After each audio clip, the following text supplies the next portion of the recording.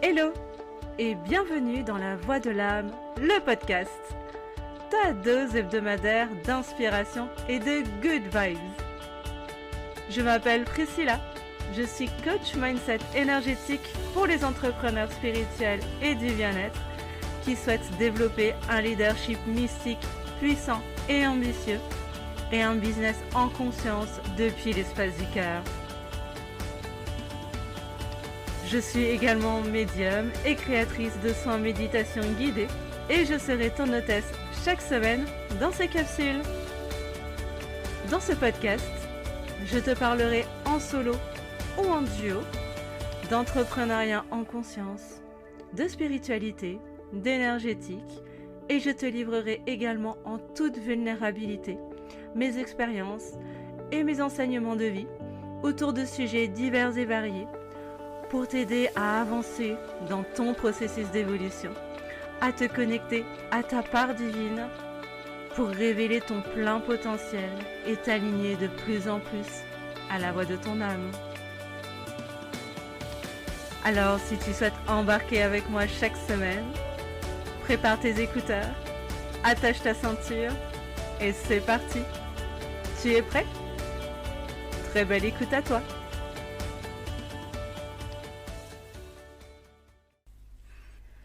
Hello et bienvenue dans l'épisode 23 de La Voix de l'âme, le podcast, ta dose hebdomadaire d'inspiration et de good vibes pour t'aider à te reconnecter à ta part divine, à ton plein potentiel et te créer une vie plus alignée à la voix de ton âme. Alors je suis ravie de te retrouver cette semaine dans cette nouvelle capsule, j'espère que tu vas bien, que ta semaine s'est bien passée. Je suis super contente de te retrouver aujourd'hui. Si jamais tu ne me connais pas encore, que tu me découvres dans cet épisode, bienvenue à toi. Je m'appelle Priscilla, je suis coach mindset énergétique pour les entrepreneurs du bien-être qui souhaitent développer un business en conscience depuis l'espace du cœur. Je suis également médium et créatrice de méditation guidée et je serai ton hôtesse dans ce podcast. Un des points communs que je remarque chez la plupart, pour ne pas dire chez tous les praticiens du bien-être avec lesquels j'ai pu discuter, échanger en tout cas, c'est ce profond amour pour l'autre. Ce désir profond d'aider les autres, de leur donner le meilleur de leur magie pour les aider à aller bien, à aller mieux dans leur vie. Il y a vraiment ce schéma commun de don de soi, pour ne pas dire carrément de sacrifice, parfois poussé à l'extrême, qui relie la plupart des praticiens du bien-être. Alors dans l'épisode précédent, je te partageais quelques clés qui m'aident au quotidien à avancer dans la maîtrise de la loi de l'attraction et de l'art de la manifestation.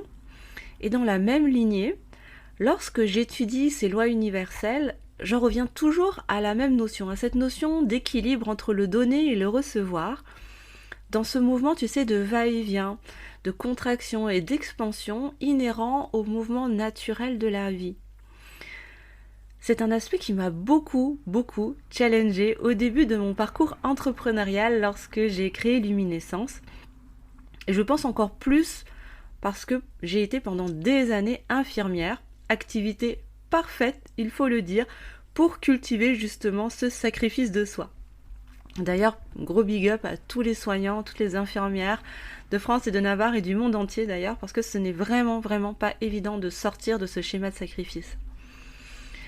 J'avais beaucoup de mal avec l'idée de recevoir, contrairement à la notion de donner qui était carrément innée en moi, il n'y a pas de souci, et je pense que c'est le cas pour beaucoup de personnes dans ce monde.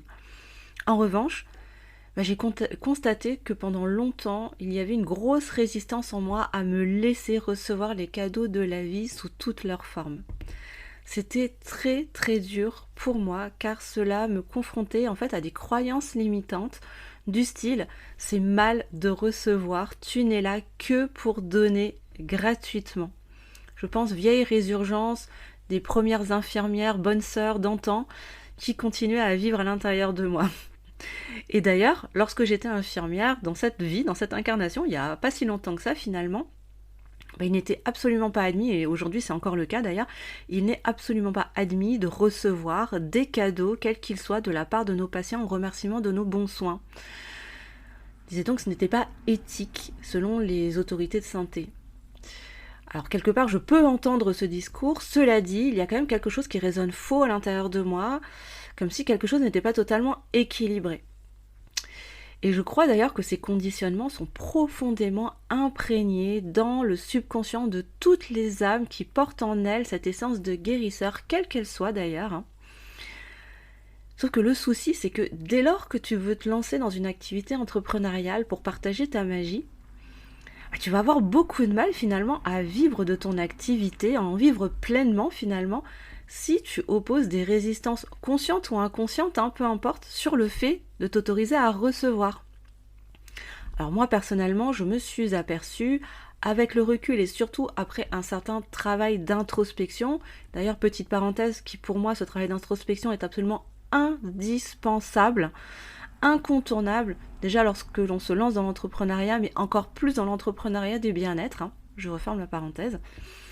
Et donc après ce travail d'introspection, qui continue toujours d'ailleurs, je me suis aperçue en fait que j'avais cette difficulté à m'autoriser à recevoir, et que cette difficulté à m'autoriser à recevoir était directement liée finalement à mon syndrome du sauveur. Et ce syndrome du sauveur que je nourrissais depuis ma plus tendre enfance, dont je ne me rendais absolument pas compte jusqu'à il n'y a pas si longtemps que ça finalement, si on regarde sur l'échelle d'une vie. Et que ce schéma était lié en fait à un environnement familial qui était déséquilibré lui-même, avec des comportements et des schémas émotionnels complètement dysfonctionnels qui me poussaient à porter sur mes épaules tout le poids du bien-être de ma famille. Et dans mon cas, en plus, double peine, étant enfant unique, je pense que je m'étais investie de cette mission encore plus fort. Tout ça, évidemment, de façon très inconsciente et subconsciente, bien sûr, mais présente malgré tout. Alors, je te laisse imaginer tous les schémas de protection, tous les schémas dysfonctionnels, émotionnels que j'ai pu mettre en place pour justement me préserver, me protéger et pour ne pas imploser littéralement sous le poids de cette pression. Et qu'aujourd'hui, petit à petit, un pas après l'autre, à mesure que je me fais accompagner, que j'introspecte également, je vais libérer et guérir tous ces schémas les uns après les autres. Ça ne se fait pas du jour au lendemain, bien évidemment, mais ce que je constate, c'est que ça m'aide grandement dans l'expansion de mon entreprise et dans ma capacité à vivre pleinement, à libérer, à rétablir cet équilibre entre le donner et le recevoir toujours plus dans mon activité, qui me permet du coup de ramener de l'abondance également sous plein de formes différentes dans mon business. Alors du coup, une chose que je peux te proposer, c'est déjà de t'inviter à ton tour à aller observer tes propres schémas de fonctionnement en miroir avec tes schémas familiaux dans lesquels tu as évolué depuis tout petit, toute petite. Et il se peut d'ailleurs que tu y trouves des éléments de compréhension pour t'aider à te réconcilier avec le fait de relâcher la pression, te déculpabiliser et t'autoriser à recevoir sans culpabilité et avec le moins de cas de conscience possible. Car oui, il est tout à fait normal lorsque tu délivres un service, qu'il soit une séance de coaching, qu'il soit une séance d'hypnothérapie, un soin énergétique, une guidance médiumnique, peu importe finalement, à partir du moment où tu donnes à ton client une part de ta magie, une part de ton énergie, il me semble, et c'est ma vérité, tu prends si ça te parle, il me semble tout à fait logique et normal que l'équilibre soit rétabli au travers de ce que ton client va te donner en retour. Et dans le principe où ton business n'est pas un simple hobby, mais bien une véritable entreprise dont tu es le big boss, dont tu es le PDG et dont tu désires vivre pleinement dans ce monde de matière, parce qu'il ne faut pas oublier que nous sommes des êtres certes spirituels, mais incarnés dans un corps de matière, dans un corps physique, dans une réalité matérielle inhérente à la société dans laquelle on vit. Et ça, c'est une notion que beaucoup d'entrepreneurs du bien-être oublient et qu'il est important de se rappeler et qu'il n'y a aucun mal à cela. Parce que nous sommes venus nous incarner pour expérimenter la matière sous toutes ses formes.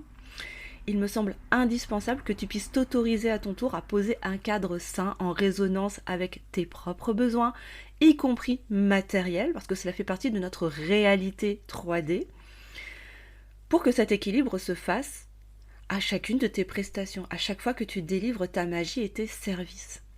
Et je pense que d'aller travailler, de reconstruire, d'aller déconstruire certains états d'esprit, certaines croyances pour installer justement de nouveaux paradigmes, une nouvelle mentalité autour de cette notion de l'équilibre entre le donner et le recevoir va contribuer aussi à créer les nouveaux paradigmes de ce nouveau monde. En tout cas, c'est comme ça que je le ressens.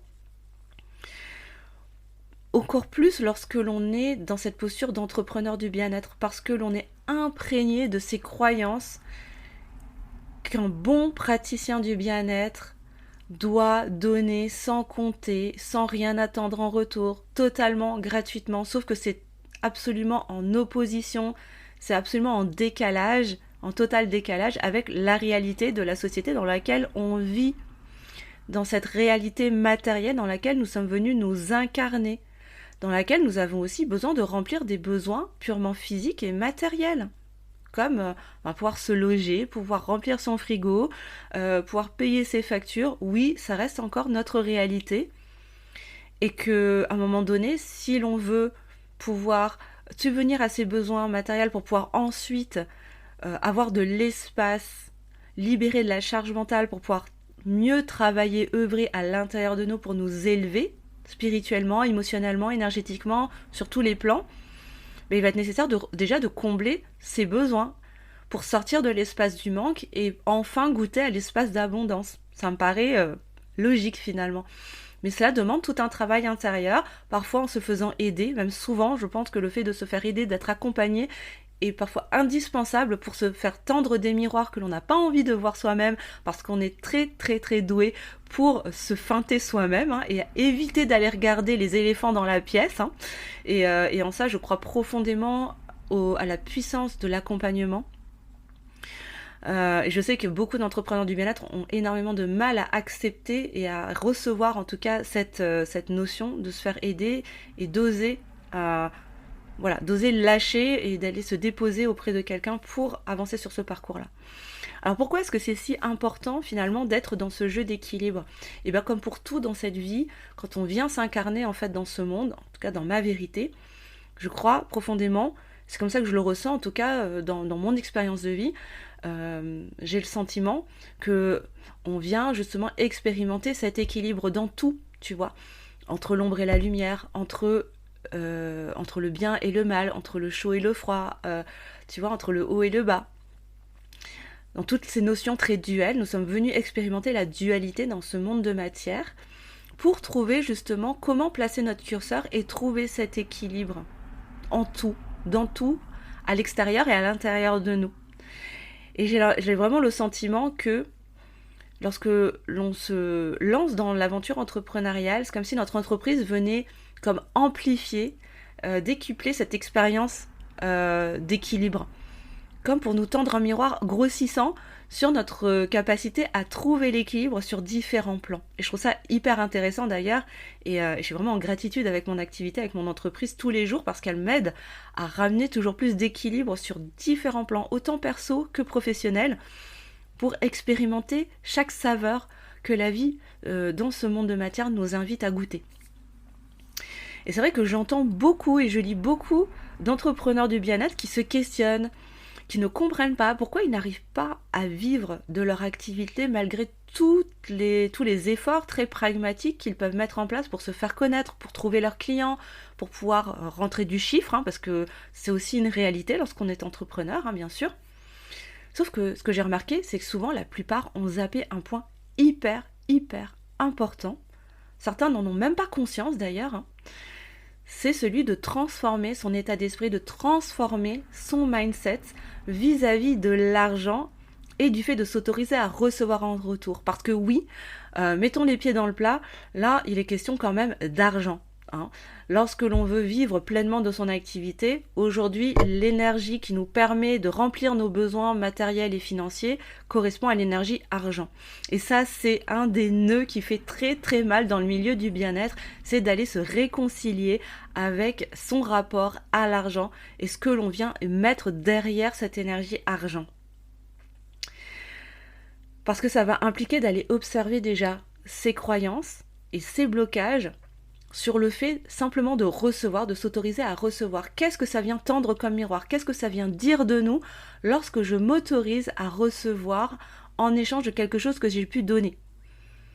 Là, je te donne quelques pistes de réflexion, de travail, que moi, je vais explorer avec mes clients en accompagnement. Avec Métamorphose, c'est vraiment, on va aller explorer ces sujets-là parce que pour moi, c'est très très important. Ça fait partie du socle, des fondations solides que l'on vient construire si tu veux que ton activité, ton entreprise, ton business soit rentable et soit pérenne. C'est extrêmement important, à mon sens. Ça va également impliquer d'aller observer, comme je te l'ai dit juste avant, ton rapport à l'argent, ses croyances, les pensées que l'on met derrière cette énergie, parce que l'argent reste une énergie. Et d'ailleurs, moi je te recommande vraiment d'aller étudier les travaux de Christian Junod, qui est pour moi une référence dans le travail de réconciliation avec son rapport à l'argent, pour venir rétablir de nouveaux paradigmes, de nouveaux états d'esprit, un nouveau mindset autour de cette autorisation que l'on peut se donner à recevoir de l'argent. Comment sortir finalement de ce paradigme, de cet égrégore de la matrice très négative autour de l'argent, et du coup autour du travail, de ton entreprise, pour venir déconstruire tout cela et venir reconstruire de nouvelles croyances, de nouveaux paradigmes qui vont contribuer au paradigme plus collectif du nouveau monde finalement. Et je trouve qu'en tant qu'entrepreneur du bien-être 5.0, comme j'aime bien le dire, ces entrepreneurs du nouveau monde, ces travailleurs de lumière, tu mets le mot que tu veux dessus, je pense que ça fait partie vraiment de notre responsabilité, véritablement, d'aller travailler, d'aller transformer déjà par nous-mêmes, en nous-mêmes, notre état d'esprit, notre mindset autour de l'argent. Autour de notre capacité à nous autoriser à recevoir et à sortir de cet état d'esprit que parce que l'on est médium, parce que l'on est hypnothérapeute, parce que l'on est, je ne sais pas, énergéticien, maître Reiki ou je ne sais quoi, ou masseur énergétique, masseur intuitif, il faudrait que l'on délivre notre magie totalement gratuitement, de façon corvéable à merci, sans oser demander de recevoir en retour dans le juste équilibre. Pour que toi-même tu puisses manger autre chose que des cailloux. Parce que si tu es dans cet état d'esprit, encore une fois, à nourrir cet égrégore de privation, de sacrifice, je suis désolée de te l'apprendre, mais j'espère que tu aimes les cailloux parce que tu vas en manger beaucoup dans ta vie. Mais je pense pas que ce soit l'aspiration première que tu as lorsque tu as choisi de créer ton activité et de proposer tes services. Autre point important que je voulais te partager aussi dans ce travail de réconciliation autour de l'argent et de cette notion de ramener cette autorisation en toi de recevoir en retour de tes prestations, de tes services, c'est aussi un canal très très important à mettre en place pour t'autoriser à te respecter et à honorer ta magie, ce que tu proposes, ce que tu vas délivrer. Si tu n'es que dans un sens, si tu ne vas que dans un sens, que tu ne fais que donner, que tu n'es qu'un émetteur, mais que tu ne reçois rien en retour, le message que tu vas envoyer à l'univers ne va pas être équilibré en fait, si tu veux. Et c'est comme si, quelque part, tu ne te respectais pas. C'est comme si tu n'honorais pas pleinement, tu n'apportais pas, tu n'avais pas conscience de la valeur de ce que tu proposes véritablement, la valeur de ta magie, et ta valeur à toi, quelque part par extension. En posant un cadre sain, et en étant au clair et en paix avec toi-même dans cette notion de recevoir en retour, de poser des tarifs clairs, qui peuvent être évolutifs, c'est tout à fait possible, ça c'est toi qui choisis, tout est possible finalement dans l'entrepreneuriat, tu as la possibilité de créer tes propres règles, de poser ton propre cadre, celui qui résonne juste à l'intérieur de toi, qui n'est pas gravé dans le marbre, qui peut avoir vocation à évoluer avec le temps à mesure que toi-même tu évolues, et c'est tout à fait juste, et c'est tout à fait ok. En ce sens, tu t'autorises à te respecter. Et du coup, tu autorises aussi les autres à te respecter dans ta posture, dans ce que tu es, dans ce que tu délivres et dans la magie que tu offres au monde.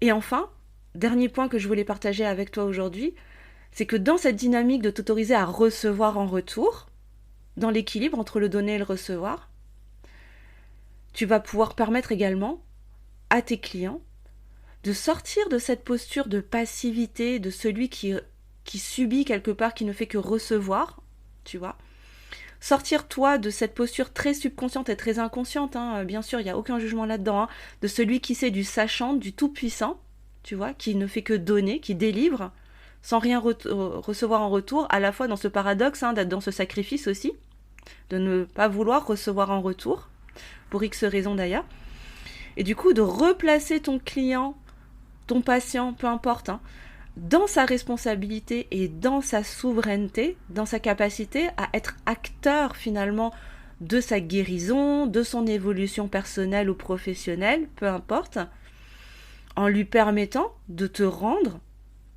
ce que tu lui as donné sous une autre forme, mais toujours de manière énergétique, parce que l'argent reste une énergie au même titre que ton service.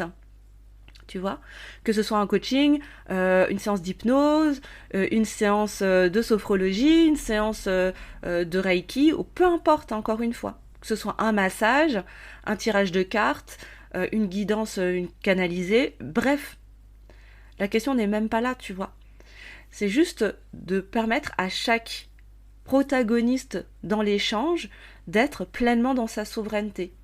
Toi, pleinement souverain dans ta posture de PDG de ton activité, de ton entreprise, responsable de ton entreprise, parce que c'est elle qui va te générer ton abondance matérielle et financière, qui va te permettre de combler ses besoins matériels et financiers, qui t'aident à t'élever ensuite sur d'autres plans plus subtils, et ton client, de le replacer dans sa responsabilité et dans sa souveraineté pour lui permettre de donner à son tour, de te rendre ce que tu lui as donné dans l'équilibre de ce qui te semble être juste, parce que tu as pris conscience de la valeur que tu donnes à ton service, en te respectant et en honorant pleinement cette magie que tu as en toi et que tu délivres au monde, tu viens rétablir cet équilibre.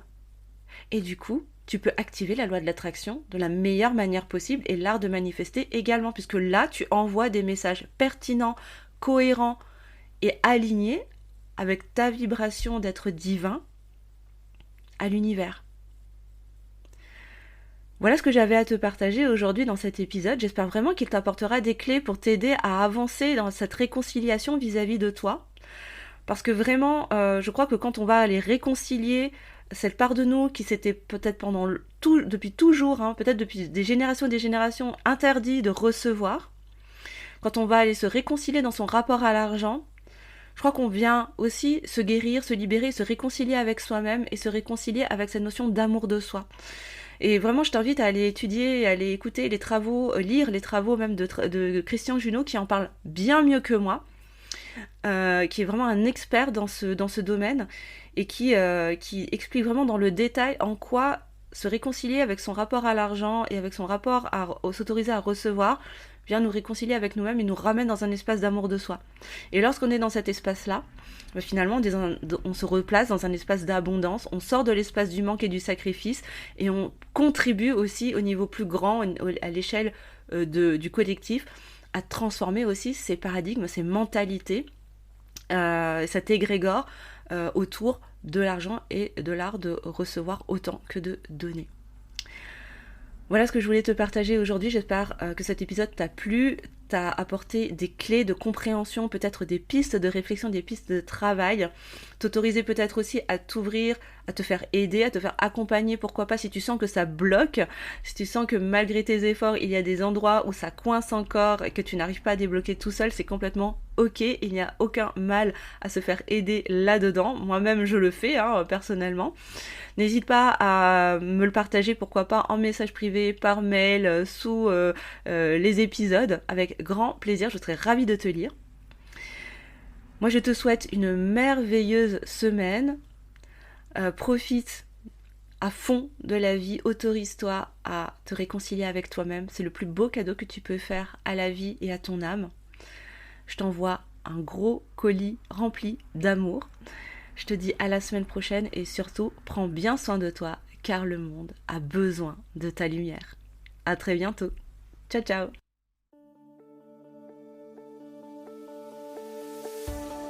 Merci de ta présence et de ton écoute. Si cet épisode t'a plu, n'hésite pas à liker, partager, laisser un commentaire et mettre une bonne note sur ta plateforme d'écoute préférée pour le juste équilibre entre le donner et le recevoir et me soutenir dans mon travail. Et si toi aussi, tu souhaites te connecter toujours plus fort à la voix de ton âme, je t'invite à t'abonner à ce podcast pour ne rien rater de la sortie des prochains épisodes. À la semaine prochaine. Ciao ciao.